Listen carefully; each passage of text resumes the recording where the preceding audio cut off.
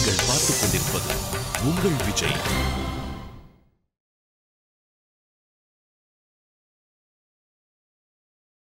உங்கள் அனைவருக்கும் இனிய காலை வணக்கம். இந்த நாள் நிகழ்ச்சியில் இன்றைய பஞ்சாங்க குறிப்பு.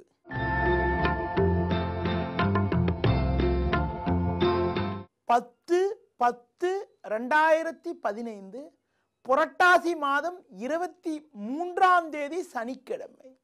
திரியோதசி திதி இரவு 1:30 வரை, பின்பு சதுர்தசி. பூர நட்சத்திரம் இரவு 9:33 வரை, பின்பு உத்திர நட்சத்திரம்.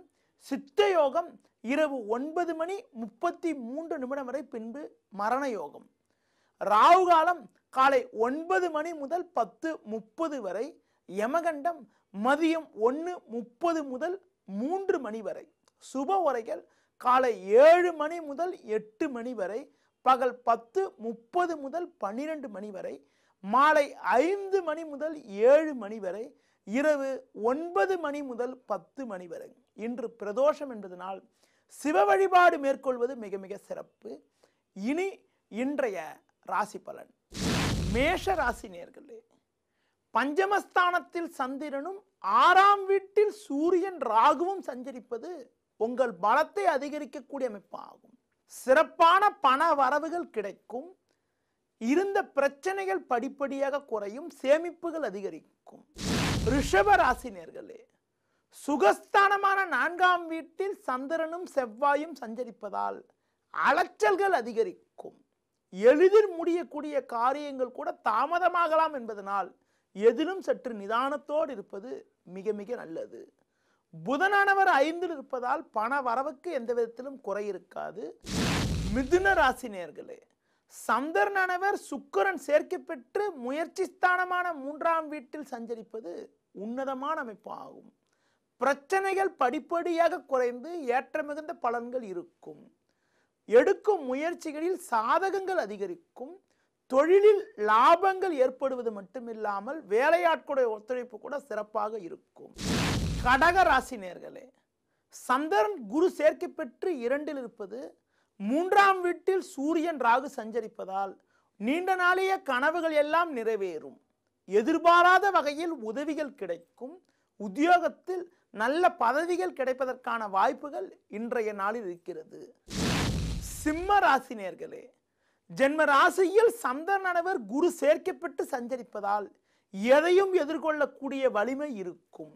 பிரச்சனைகள் படிப்படியாக குறையும். தொழிலில் லாபங்கள் இருக்கும். இருந்து வந்த மறைமுக எதிர்ப்புகள் எல்லாம் குறையும்.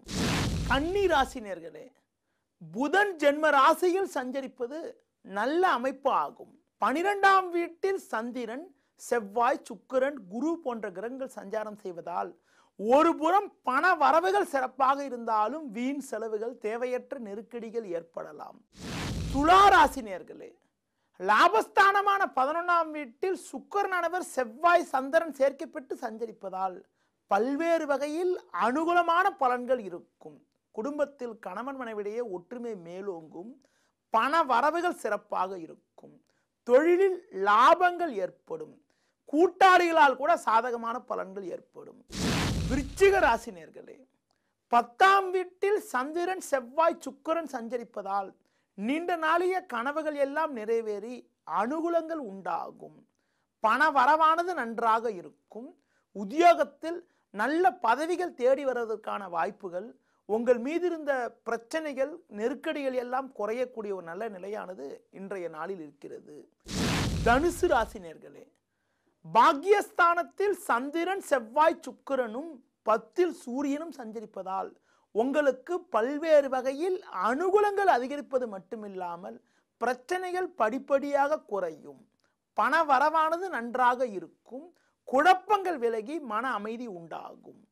மகர ராசி நேயர்களே, பாக்கியஸ்தானத்தில் புதனும் லாபஸ்தானத்தில் சனி சஞ்சரிப்பது சாதகமான பலன்களை உண்டாக்கக்கூடிய ஒரு நல்ல அமைப்பு என்றாலும், அஷ்டமஸ்தானத்தில் சந்திரனானவர் செவ்வாய், சுக்கிரன் சேர்க்கை பெற்று இன்று நாள் முழுவதும் சந்திராஷ்டம் இருப்பதால் புதிய முயற்சிகளை தள்ளி வைப்பது தவிர்ப்பது, மற்றவர்கள் விஷயத்தில் தலையிடாமல் இருப்பது நல்லது.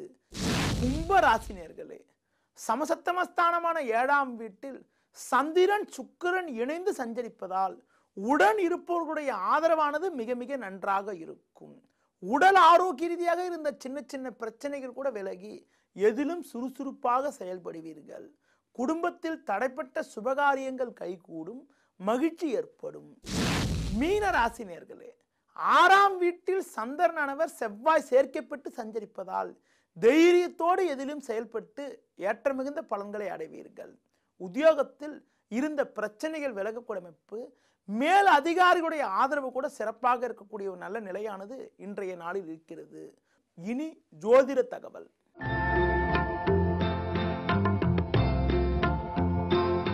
செவ்வாய் திசையானது என்ன பண்ணும், எப்படிப்பட்ட பலன்களை வழங்கும் என பார்க்கின்ற பொழுது, நவகிரகங்களில் செவ்வாயானவர் நிர்வாக காரகன் ஆவார். ஒருத்தருடைய ஜாதகத்தில் செவ்வாயானவர் பலமாக இருந்தால் உடன் பிறந்த சகோதரர்களால் அனுகூலங்கள், உடன் பழகக்கூடிய நட்புகளால் நல்ல அனுகூலமான பலன்கள், சமுதாயத்தில் நல்ல உயர்வுகள், நல்ல நிர்வாக திறமை, உயர் பதவியில் வைக்கக்கூடிய ஒரு நல்ல அமைப்பானது உண்டாகும். குழந்தை பருவத்தில் செவ்வாயானவர் பலமாக இருந்து திசை நடைபெற்றால் சிறப்பான உடல் அமைப்பு, நல்ல ஆரோக்கியம், நல்ல படிக்கக்கூடிய அமைப்பானது இருக்கும். படிக்கிற வயதுல செவ்வாய் திசை, அதாவது 15 வயதிலிருந்து 20, 25 வயது வரைக்கும் நடக்கக்கூடிய செவ்வாய் திசை நடைபெற்றால் படிப்பில் சாதனைகள் செய்யக்கூடிய அமைப்பு, நல்ல அந்தஸ்து, பெரிய நிர்வாக பதவி யோகம் கூட கிடைப்பதற்கான வாய்ப்புகள் உண்டு. ஒரு 30 வயது 40 வயதுக்கு பிறகு இருக்கக்கூடிய காலங்களில் செவ்வாய் திசையானது நடைபெற்றால், பலமாக செவ்வாய் திசை நடைபெற்றால் பெரிய நிர்வாக பதவியினை வைக்கக்கூடிய ஒரு உன்னதமான அமைப்பு, அரசு துறையில் கூட நல்ல ஒரு கௌரவமான பதவிகளை அடையக்கூடிய ஒரு உன்னதமான அமைப்பானது உண்டாகும். பொதுவாக செவ்வாய் பலகீனமாகி இருந்து குழந்தை பருவத்தில் நடைபெற்றால் சின்ன சின்ன வெட்டுக்காயங்கள், வாலிப பருவத்தில் நடைபெற்றால் சிலருக்கு விபத்துக்களை எதிர்கொள்ளக்கூடிய ஒரு அனுகூலமற்ற பலன்கள், கூட பழகக்கூடிய நபர்களிடம் வீண் வாக்குவாதங்கள் ஏற்படக்கூடிய ஒரு அனுகூலமற்ற பலன்கள் உண்டாகும். தொழில் உத்தியோகம் செய்யக்கூடிய காலங்களில் செவ்வாயானவர் பலகீனமாக இருந்து நடைபெற்றால் வாழ்க்கையே போராட்டகரமாக இருக்கும். செவ்வாய் பலகீனமாக இருப்பவர்கள் வண்டி வாகனங்கள் செல்கின்ற பொழுது ரொம்ப ரொம்ப கவனமாக இருக்கும். பெண்கள் ஜாதகத்தில் செவ்வாய் பலகீனமாக இருந்து செவ்வாய் திசை நடைபெற்றால் வயிறு சம்பந்தப்பட்ட பாதிப்புகள், இரத்த சம்பந்தப்பட்ட பாதிப்புகளால் நிறைய பிரச்சனைகளை எதிர்கொள்ளக்கூடிய ஒரு அனுகூலமற்ற பலன்கள் உண்டாகும். செவ்வாய் திசையானது நடைமுறையில் இருப்பவர்கள் முருகப்பெருமானை வழிபாடு செய்வது மிக மிக நல்லது. செவ்வாய் திசை என்ன பண்ணும், எப்படிப்பட்ட பலன்களை வழங்கும் என்பதை பற்றி உங்களிடம் தெளிவாக விளக்கினேன். மீண்டும் நாளை காலை சந்திப்போம். நன்றி, வணக்கம்.